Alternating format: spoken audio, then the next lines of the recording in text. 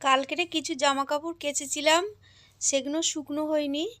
তাই এখন সকালে রোদ্দুর উঠেছে, ভাবলাম কি এগুলো যাই বাইরে গিয়ে মেলে দিয়ে আসি। আর পায়ের পাতাটায় ভীষণ ব্যথা হয়েছে, হাঁটতেও পারছি না, ব্যথা লাগছে। এই ঠান্ডাটার সময় এইটা হয়, আবার ঠান্ডা চলে গেলে আস্তে আস্তে কমে যায়, কী কারণে হয় বুঝতে পারি না। আর আজকে সকালে ডিমের অমলেট আর রুটি করেছি, বাবুকে খেতে দিয়ে দিলাম। আর আমি সকালে চা আর বিস্কুট খেয়েছি, এখন আর কিছু খাবো না। আর এই শীতকালের বেলাটা এমন, সকাল না হতে হতেই কোথা দিয়ে সময় চলে যায় বুঝতেই পারি না। তো আজকের পালং শাক নিয়ে এসেছিলো, পালং শাক দিয়ে আলু দিয়ে একটু তরকারি করলাম, সিম টিম দিয়ে।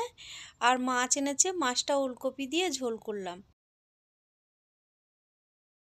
তো আমার রান্নাবান্না সব হয়ে গেছে, রান্না টান্না করে একবারে গ্যাসের এখানটা মুছে পরিষ্কার করে নিলাম। আর রান্না করতে করতেই বাসন পড়েছিল কটা, বাসন কটাও ধুয়ে নিয়েছি।